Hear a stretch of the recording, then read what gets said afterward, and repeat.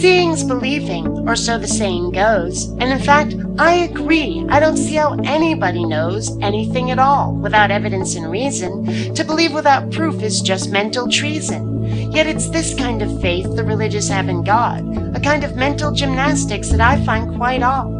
They're willing to say that a deity exists, though hiding himself is something on which he insists. Belief without proof is God's most fierce of desires, which to my mind makes believers big fat honkin' liars. What's the difference between playing pretend and insisting you have a divine invisible friend? If a God exists, you should be able to show it. Being opposed or unable seems fishy, although it appears universal. All religions are credulous, despite the evidence of God being scanty and nebulous.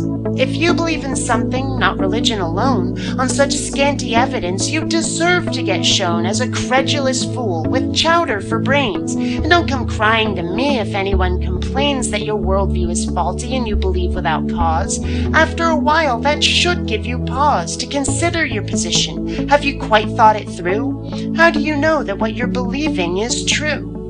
There's only one way at all to gain wisdom and knowledge, and though it helps, you needn't go to college to use this technique of learning, of figuring things out. The first step, of course, is to listen to doubt.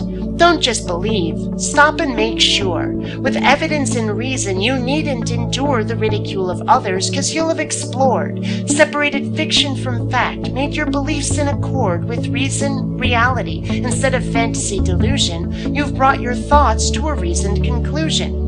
Faith, by contrast, is like going, so what? I don't give a rat's hiney if I talk out of my butt.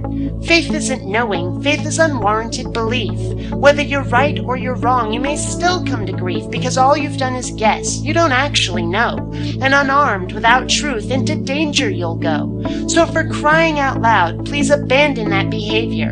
Unless you've seen photos, you don't know there's a savior. Believe what you can see and what you can test. If not for your sake, then for all of the rest of humanity, of life, for reason and truth. And now I bid you farewell, yea, verily, forsooth. Thank you.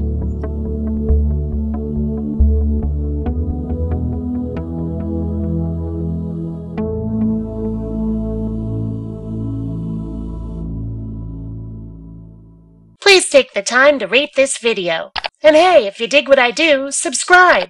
You might also enjoy my webcomic, The Adventures of Kinneara Baxter.